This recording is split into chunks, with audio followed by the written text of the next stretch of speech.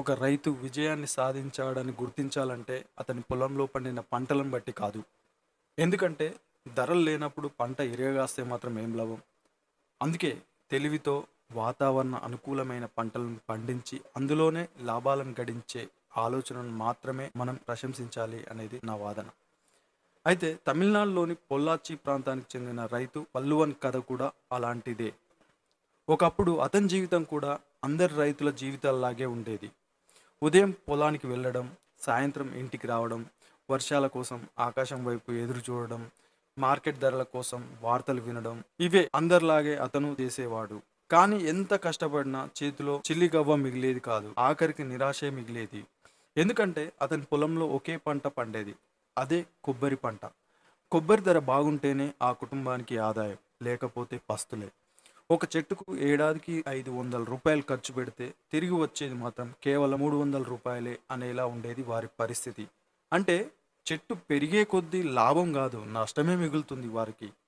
అలా అతనికి 11 ఎకరాల భూమి ఉన్నా సరే ఆ భూమి అతనికి భరోసా ఇవ్వలేకపోయింది, బతుకునివ్వలేకపోయింది. ఎటువంటి లాభాలను మిగిల్చలేకపోయింది. అలా దుర్భరంగా గడుస్తున్న సమయంలో ఒకరోజు కొబ్బరి చెట్టు కింద మొదలైన అతని ఆలోచన ఆ రైతును ప్రపంచం గుర్తించే స్థాయికి తీసుకెళ్ళింది. అలా ఒకరోజు వల్లువన్ తన పొలంలో నిలబడి ఒక విషయం గమనించాడు. అడవిలో ఎక్కడ చూసినా ఒకే రకమైన చెట్లేం కనిపించవు. పెద్ద చెట్లుంటాయి, వాటి కింద చిన్న చెట్లుంటాయి, మరి కొన్ని పొదలతో పాటు నేలపై గడ్డి కూడా ఉంటుంది. ప్రతి మొక్క మరో మొక్కకు ఏదో విధంగా తోడ్పాటునిస్తుంది. కానీ రైతులు మాత్రం ఎకరాల కొద్దీ ఒకే పంటను వేస్తున్నారు. నా భూమిలో కూడా అలాగే ఉంది. ప్రకృతి వేల ఏళ్లుగా చూపిస్తున్న పాఠాన్ని మనం ఎందుకు మర్చిపోయాం, మనం ఎందుకు విస్మరించాం అనే ప్రశ్న అతని మనసులో మెదిలింది. అదే ప్రశ్న అతని జీవితాన్నే మార్చేసింది. 2009లో అతను సాహసోపేతమైన నిర్ణయం తీసుకున్నాడు. కొబ్బరి తోటను ఒక చిన్న అడవిగా మార్చాలని నిర్ణయించుకున్నాడు. అలా కొబ్బరి చెట్ల మధ్య అతని ప్రయోగం మొదలైంది. మొదట కొబ్బరి చెట్ల మధ్య కొద్దిగా అరటి నాటాడు. తర్వాత మిరియాలు, కొంతకాలానికి జాజికాయ, ఆ తర్వాత పసుపు, కంద, కరివేపాకు, ఇలా ఒక్కో పంటను జోడిస్తూ వెళ్ళాడు. కొన్ని సంవత్సరాల తర్వాత అతని పొలం ఎలా మారిపోయిందంటే ఇప్పుడు అక్కడ ఒకే పంట లేదు.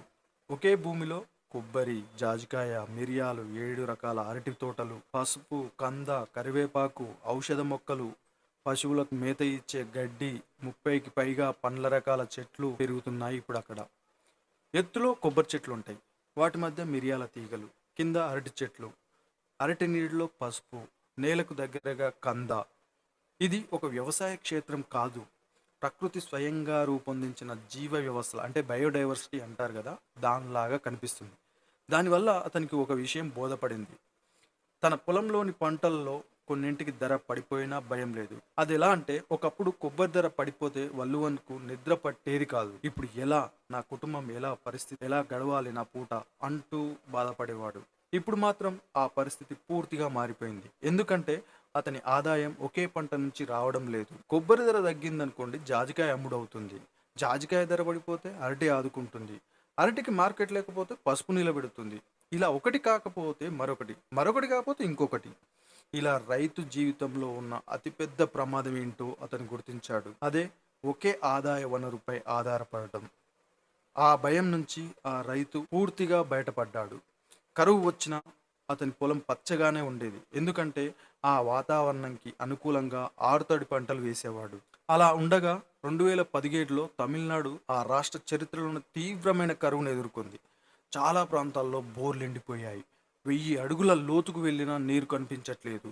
వేలాది కొబ్బరి చెట్లు ఎండిపోయాయి. కొంతమంది రైతులు తమ తోటలు నరికివేయాల్సి వచ్చింది.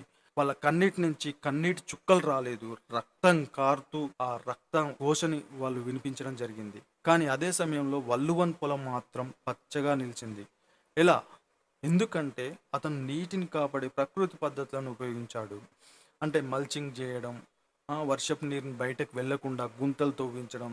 దీంతో భూమిలో తేమ నిలిచిపోయి సూర్యుడు బగబగ మండుతున్నా నేల ఎండిపోలేదు. అదే అతని పంటలను కాపాడింది. వ్యవసాయ నిపుణులు చెప్పేది ఏంటంటే, నీటిని ఎక్కువగా తాగేది పంట కాదు, ఖాళీ నేల మాత్రమే నీటిని ఎక్కువ తాగుతుంది. అంటే పంట తనకు కావాల్సినంత వరకే తీసుకుంటుంది. అందుకే వల్లువన్ ఇదే విషయాన్ని బాగా అవగాహన చేసుకున్నాడు. దీనికి బెస్ట్ ఉదాహరణగా మనం డ్రిప్ ఇరిగేషన్ సిస్టమ్ చూసుకోండి. ఎంత పెద్ద చెట్టుకైనా మనం ఎంత నీరు పెట్టినా ఇంకిపోతుంది. అలా అయినా ఒకే పంట ఇస్తుంది. డ్రిప్ ఇరిగేషన్ తోటి చుక్క చుక్క, బొట్టు బొట్టుగా పెట్టినా కూడా అదే పంటనిస్తుంది. సో, ఇక్కడ భూమి ఎప్పుడూ మొక్కలతో కప్పబడి ఉండేలా చూసుకోవాలనేదే ఈ వల్లువన్ అర్థం చేసుకున్న మాట. అలా చెట్ల నీడ పెరిగింది. సేంద్రియ పదార్థాలు పెరిగాయి. దీంతో గతంలో అవసరమైన నీటిలో కేవలం 10% నీరే సరిపోవడం ప్రారంభమైంది. ఇది కేవలం నీటి ఆదా మాత్రమే కాదు, భవిష్యత్తు తరాలకు నీటిని దాచిపెట్టడం అని కూడా చెప్పవచ్చు. మట్టిని బతికిస్తే మట్టి మనల్ని బతికిస్తుంది. ఈ వీడియోలో అత్యంత ముఖ్యమైన విషయం ఆదాయం కాదు, మట్టి. సాధారణ వ్యవసాయంలో రసాయనాలు పెరిగే కొద్దీ నేలలో జీవం తగ్గిపోతుంది. కానీ వల్లువన్ పొలంలో మాత్రం పరిస్థితి భిన్నంగా ఉంది. చెట్ల ఆకులు నేలపై పడతాయి. వాటి నుంచి మల్చింగ్ చేసి దాన్ని బయో తయారు చేస్తాడు. దాంతోటి వేర్లు మట్టిని బలపరుస్తాయి.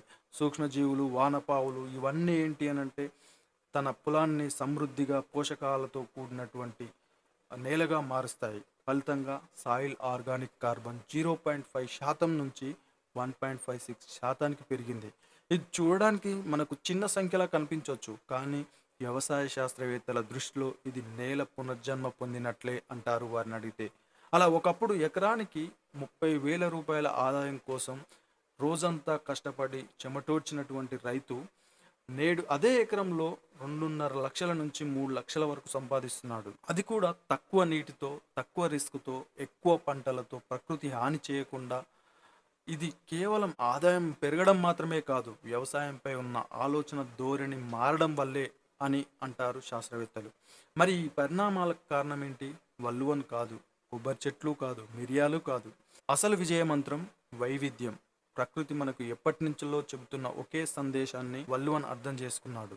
అదే, ఒకే పంటలో భవిష్యత్తు లేదు, వైవిధ్యంలోనే భద్రత ఉంది. ఈరోజు వాతావరణ మార్పులు, అనిశ్చిత వర్షాలు, పడిపోతున్న ధరలు రైతులను భయపెడుతున్నాయి. కష్టాల్లోకి, అప్పుల ఊబుల్లోకి నెట్టేస్తున్నాయి. దాంతో వాళ్ళు ప్రాణాలను వదిలేయాల్సి వస్తుంది. సో కానీ తమిళనాడులోని ఈ రైతు మాత్రం తన పొలాన్ని అడవిగా మార్చి ప్రపంచానికి ఒక దిక్సూచిగా మారాడు. వ్యవసాయంలో అద్భుతాలు రావాలంటే వర్షాలు మాత్రమే రావాల్సిన అవసరం లేదు, మన ఆలోచన తీరు కూడా నిలబెడుతుంది. ఇదంతా చూశాక కూడా మీ పొలాల్లో ఇంకా ఒకే పంట వేస్తారా, లేక వల్లువన్ చూపించిన బాటలో అడుగులేసి ఆదర్శమైనటువంటి లాభయుతమైన రైతుగా విజయం సాధిస్తారా అనేది కామెంట్ బాక్స్లో తెలియజేయండి. ఇంకా మన ఛానల్ సబ్స్క్రైబ్ చేయకపోతే ఇప్పుడే చేయండి. మీ ఇంట్లో, బంధువుల్లో కానీ, మిత్రుల్లో కానీ రైతులు ఉంటే వారికి కూడా షేర్ చేయండి. ఎందుకంటే దీంట్లో నాది కూడా ఒక స్వార్థం ఉంది. అదేంటంటే రైతు బాగుంటేనే దేశం బాగుంటుంది, దేశం బాగుంటేనే మనమంతా బాగుంటాం. సో చూసారు కదా ఫ్రెండ్స్, మరొక వీడియోతో మీ ముందుకు వస్తాను. Until then bye, signing of.